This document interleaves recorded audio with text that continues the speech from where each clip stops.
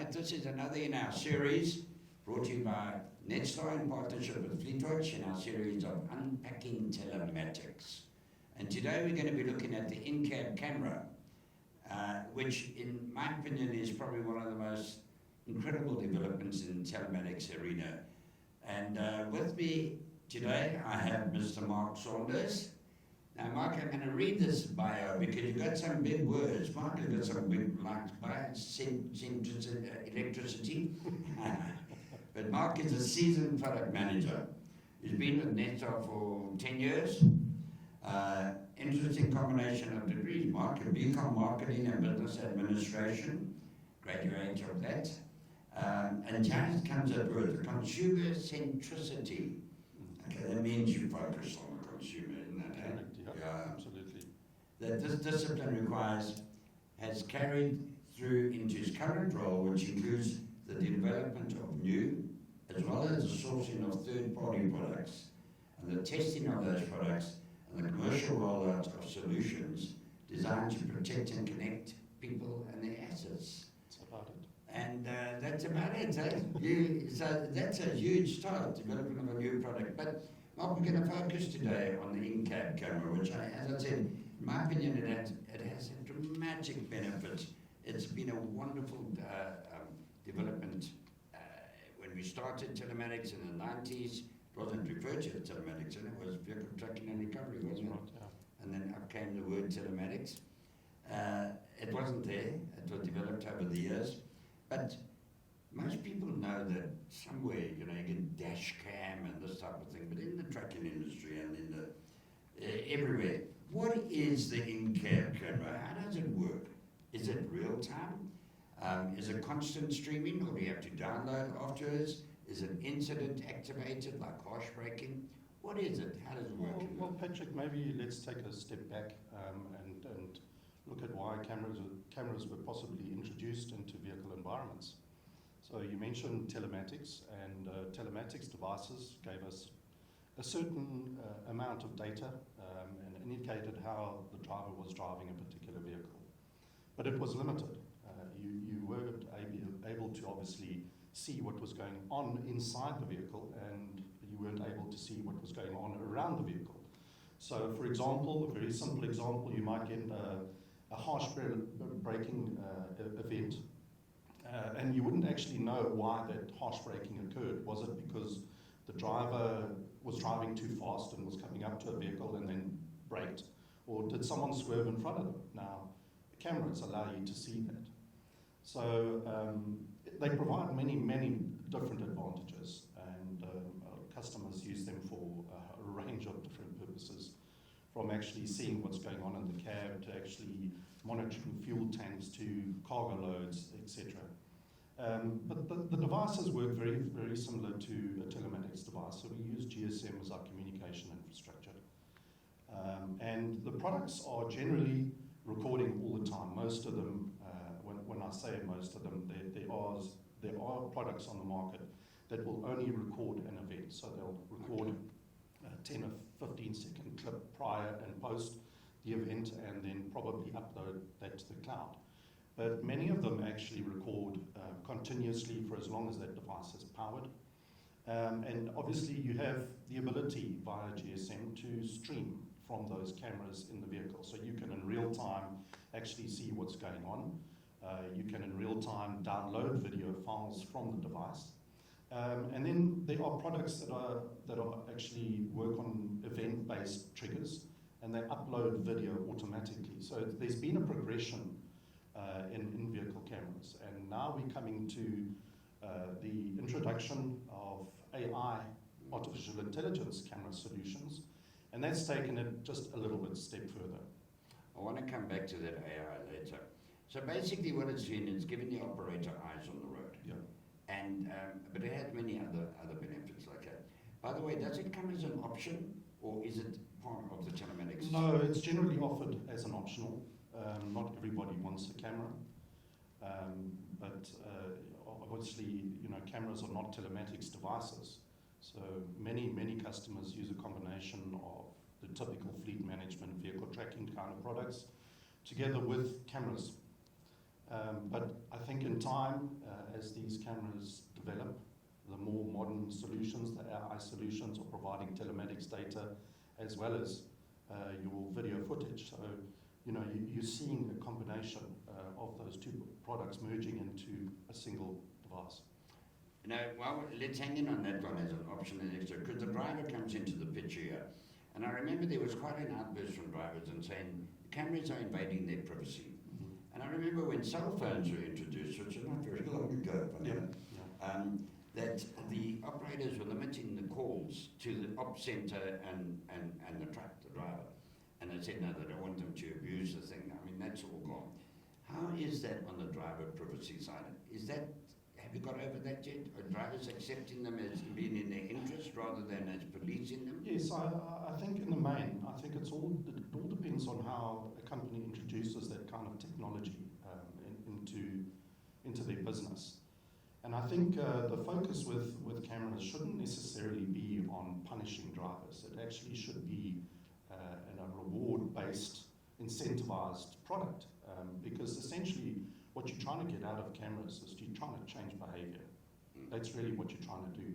And you don't change behavior very well by just punishing. Yeah. You actually get a better result and a better acceptance of a technology or a product by rewarding. So I think that's an important consideration.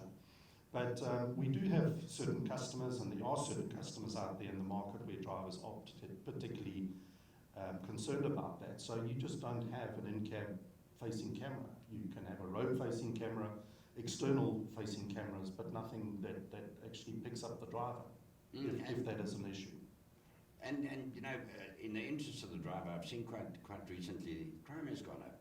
These guys stop on the side of the road, and drivers out there will relate to this, and they're getting mugged at night, you know, and some of them have got those cameras inside, and those muggers can be identified, caught, and punished. You know, basically, it's there to look after the driver, isn't it? Rather than, as you say, it serves a dual purpose. So, you know, drivers are not always to blame in an incident. So in those cases, you've actually got video footage, something that you can visually see, that will support the driver's claim, support his cause, yes. Even if it's an insurance case, you know. But yes, if there is a driver is liable, it obviously will pick that up as well.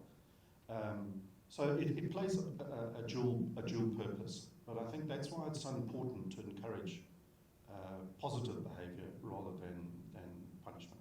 Yes, and we'll come to that on driver training and that, because that can also be used for that. But also, you know, in every crash, I've been around this industry for some 46 years, and still to this day, if there's a crash and a truck's involved, the truck is blamed. Yeah. Now, what happens here is that you have evidence. You didn't have evidence before. All you had was witnesses, and normally there's no witnesses. But now you've got hard evidence. And I remember one social media post where a car had a head-on with a truck, and the truck driver was blamed. You know, I call them the couch potato commentators. Oh, the driver fell asleep, or except it wasn't. That car swerved directly into the face of that truck. It was actually a suicide incident, and the camera was able to take the driver and the truck off the hook.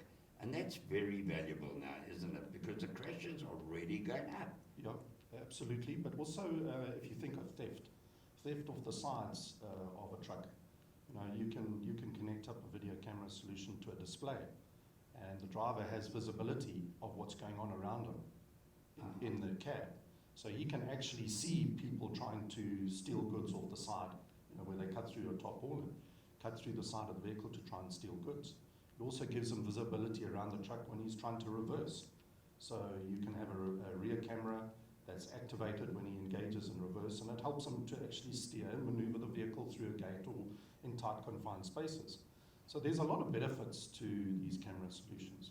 Yeah, so the driver's actually got a friend on board. He's got an assistant on board. Yeah. In a camera looking around, because as we know, also even at truck stops where you're supposed to be safe, they are stealing tires left, right, and centre.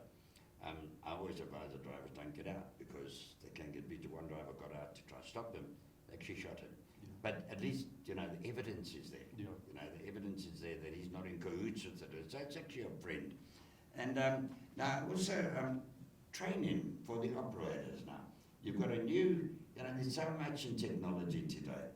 And there's an old thing we use in journalism, KISS, keep it simple, stupid.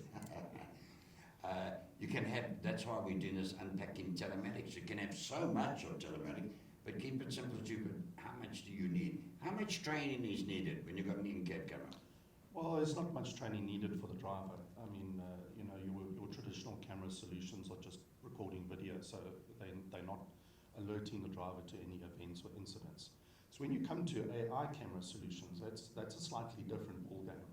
So that really is just about explaining to the driver the different events that will be triggered, and allowing that driver to experience it, because there's no better way than to experience a product, to understand a product rather than to experience it. So these are not complicated events alarms.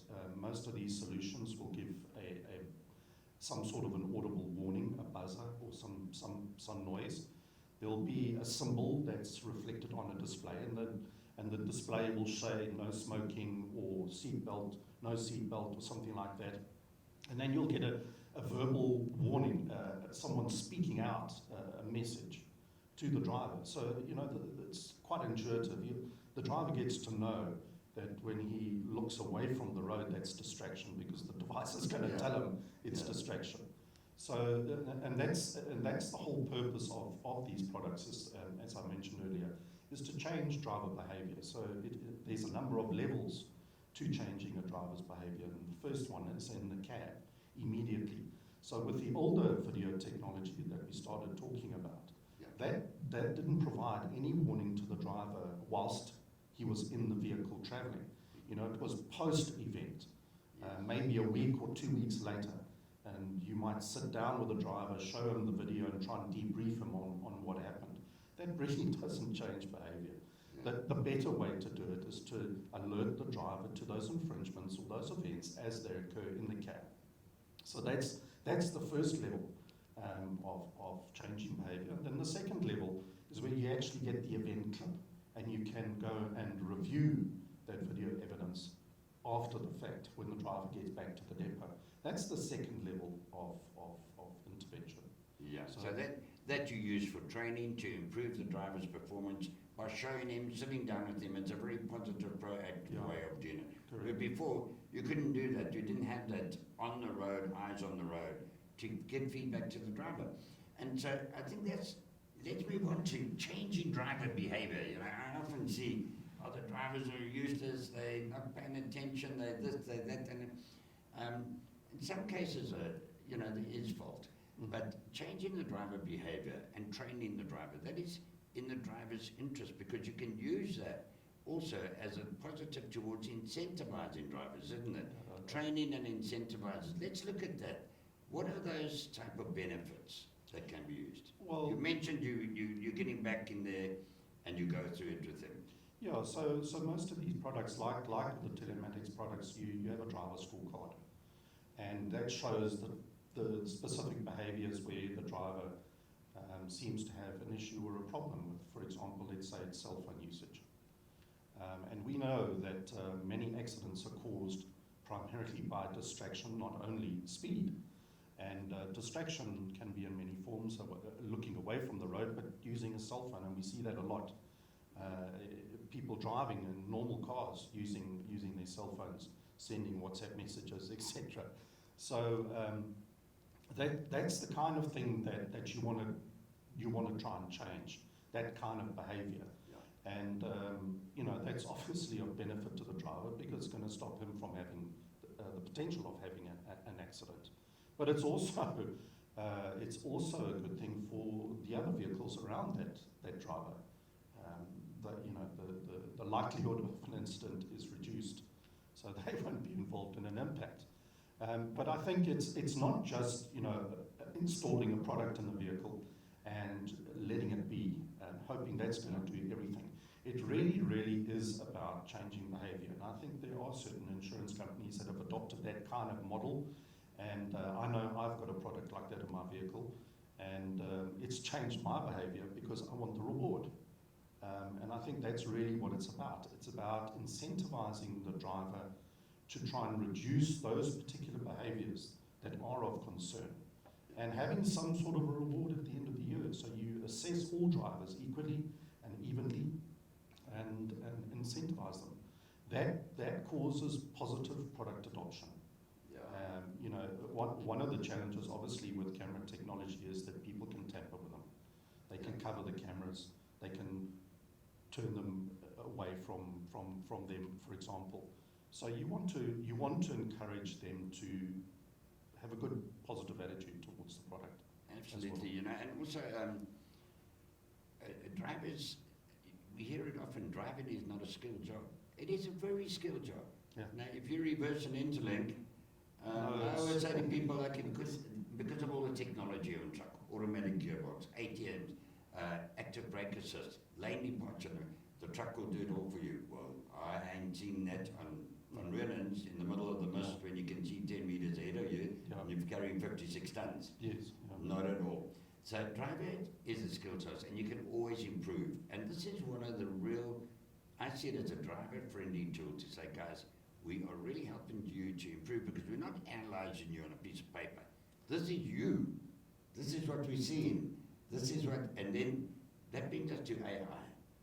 How does that come in as well? Explain to us AI, artificial intelligence. Well, Okay. artificial intelligence is the buzzword in the technology industry. I mean, it's one of the growth pillars. But really what it is it's algorithms. It's something that is happening on the device in real time, and it's looking for specific conditions. So for example, let's take distraction. That particular algorithm that looks for distraction has been taught to look for specific behaviors. So AI, one of the misconceptions I think about AI is that people think that AI is an exact replica of the human brain. Yeah. You know, so they expect that product to work absolutely perfectly and to detect every condition absolutely perfectly, and that's not possible. It's a machine with some sort of artificial intelligence model that's processing data that's picked up by cameras, and it's looking for specific conditions, and there is the likelihood of false triggers. And I think that's what one has to understand when you adopt AI technology. You are going to be dealing with a certain amount of what we call false positives or false triggers. But the whole intention really is to look for trends. So over a period of time, how many of a particular infringement did you get? And that's really what's giving you an indication of behavior. So it's not detecting every single distraction. You know, these products are pretty advanced, and they will detect most of them, but there is a chance that they're going to miss. You know, human brain looks at things in different contexts. We look at the environment, we have the ability to discern, we have experience, we have wisdom, we have insight and knowledge, we can see the weather, we can deduce things. An AI model can't do that. It does what it's taught to do. It doesn't look beyond that. You know, it hasn't got a human brain, and it's not discerning and working things out. So that's. So we're still going to have jobs. Yeah, we're going to have to teach AI how to do it. You know, in other industries, AI is being adopted quite heavily, where there is less and less human intervention, especially when they couple it with robotics. But in the vehicle industry, fleet management, it's not going to take over the role of a driver just yet. Okay. Now, the new technologies improving efficiencies and costs, because today we're looking at, I mean, just recently a very 40-year-old company closed its doors, and it wasn't because of anything they've done. It's the outside influences, the cost of fuel, the cost of all the costs have gone up, and the low rates that they've been paid as well. So what we've got to do is improve productivities and efficiencies. How does the camera lead towards that? Well, especially the AI camera solution. Sorry, we've spoken the driver benefits, you know, for him, and also the operator in actually training the driver. But now the operator wants a benefit for his investment. I think especially with AI camera solutions, because the starting point of everything is driver behavior. Because when you improve a driver's behavior, you're reducing maintenance costs, you're reducing fuel costs, you're reducing the potential for collisions, you're avoiding insurance claims, you reduce your premiums, etc., etc. So it has a lot of impact on the bottom line. Yeah, I've always said the driver is the key. It really is the key, and very often in the past it wasn't considered that. But today the driver is the key. So to focus on the driver through telematics and certainly in-cab camera from what you've described here would be a wise thing for any operator. To me, I think it's a must. It's not a nice to have anymore, it's a must, because we're talking high cost, low margins. Many transport operators, and those of you out to listen to this, if you're reaching 3% margin, you're doing well. You know, and it's so you've got that productivity, efficiency, cost savings paramount for the operator, and of course driver behavior and incentives, finding a nice way, like they used to incentivize drivers on kilometers and Yes. trip times. To me, that should be banned, Yes. because that just leads to things like driver fatigue, and the driver just keeps going. You know, he's going for the buck through the kilometers. The camera will be able to incentivize through different ways. Correct. Your AI solutions are looking for things like fatigue. So you're trying to avoid fatigue. You're trying to avoid distraction. Yeah, could it do software. facial recognition? Yes, it can. You know, these models are quite advanced. So there are different ways of doing facial recognition. There's different methods, but they are capable of doing facial recognition. So yeah. I'm thinking of getting the hijacker, his face on the camera and getting him fast. Yeah, well, that's one way. You know, if they don't cover the camera, because you've got to have a camera that's actually looking directly at the driver's face to do that kind of recognition. Yeah. You know, so it's a camera that's pretty well visible. All right. And I guess that's a slight disadvantage to a product like this. Whereas the older generation of the camera solution, we had COVID cameras, where you could actually hide those cameras in the lining of the cab, and those are not very well visible. They look like little screws. Yeah. So But we don't want that anymore. That's moved on because of the driver friendliness, and it's a driver's friend. Correct. It's not there. correct. That's moved on. That's okay. Future of in-cab cameras. Well, the future really is, it depends on the technology. So, I mean, as chip technology advances, the more powerful your algorithms can be, the more models, AI models you can deploy. And I think really where it's going to is actually having these AI models deployed on the camera itself. So currently it's in the main unit, the main processing unit, and the cameras are there to collate the data, the video evidence. The model in the main unit actually processes that. Where it's going towards is actually this happening in the camera itself. So you can have different models deployed for different things. The external camera can have X number of models looking for external events. You can have your in-cab camera looking for in-cab events, etc. So that's really where it's going. So it's on the edge processing, driving towards the camera itself. So the developments haven't stopped as yet. No, as chip technology, as camera technology improves, because our models do require a bit of processing power, and the more models you want to deploy, the more services you want to offer, the more processing power you need. So so that's really where it's going. So it's on the camera itself, but also then being able to deploy a lot more things that the camera looks for. Yeah, well, we're going to leave all that clever stuff to you in your R&D department, and we're going to get the benefit. So long as it works when we push the button, Mark, because it gets a little bit too complex out there. The technology is in the hands of the technologists. Yeah, it's a way down the road still. It's a way down the road, but that's where it goes. And that's how we like to simplify. I remember when it first started, I asked a company about GPS. I knew nothing about it. It wasn't on the cell phones. I don't think cell phones were there. I think GPS came before cell phones. Is that correct? Yes. Yeah. And I asked the company, they gave this huge explanation. And I wrote the intro with the explanation, which was so confusing. I said, yeah. So where's my truck? that's basically what I know, the benefits and the thing out of that. But it's good to know that companies like Netstar have got their finger on the pulse, moving forward with it. And of course, the camera is just one component of telematics, a vital component in my opinion, a really value added for the driver and the operator. And maybe is there anything else you would like to put in about the in-cab camera to operators and drivers who are looking at this? Is there anything we might not have touched No, I on? think, Patrick, I think we've covered the whole scope really at a high level without going into too much technical detail. But I think, you know, we've covered the origins of it, we've covered the benefits of it, and we've kind of, I think, brought across the idea that these solutions really are intended to change driver behaviour, and it's the way that you deploy this technology that brings the success. You know, just installing it in a vehicle and leaving it there in the hopes that something is going to happen is a pipe dream. You really need to exploit the technology for full benefit, and that's the key. I think, you know, when people are getting scared of technology, you must think of the old camera and the cell phone camera.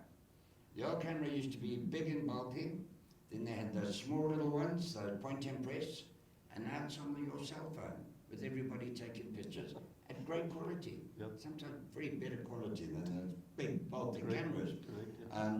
And so, you know, technology, you mustn't be scared of it. Must, you know, it's coming like but it's got to have those benefits. And I thank you for spelling out the benefits, because it does get a bit of confusing, and that's why we unpacking telematics. Yeah. It's got so much bells and whistles, and one of those bells and the whistle is the camera, and that you have explained all the benefits and the advantages of that to the operator. Productivity, efficiency, changing driver behavior, looking after the driver's friend. There's so much to it. Yeah. And of course, my last question, does it stand up in a court of law? Yes. So the key thing is to make sure that the video file is either encrypted or has some proprietary envelope around that video file. So what you're trying to show is that the video file can't be tampered with. Okay. So the file formats that we are able to export are in that line, so they are admissible as evidence. So admissible, court accepts them, because if I have a crash and I'm off the hook and someone's blaming me, I can put that forward as evidence. Yeah, we've had video evidence submitted a couple of times, so it's Mark, I just want to thank you, my friend. I don't see you came in court with me, but I want to thank you, and we thank Netstar once again for their commitment. One of the first in this market. I was at your launch in the early 90s down at the bottom of Johannesburg. I think it was the ABSA building. And a long time ago. Long time ago. It wasn't that long. And still around doing it for our market, now a global player. Thank you, Mark. God My bless pleasure. you. Thank you, Patrick.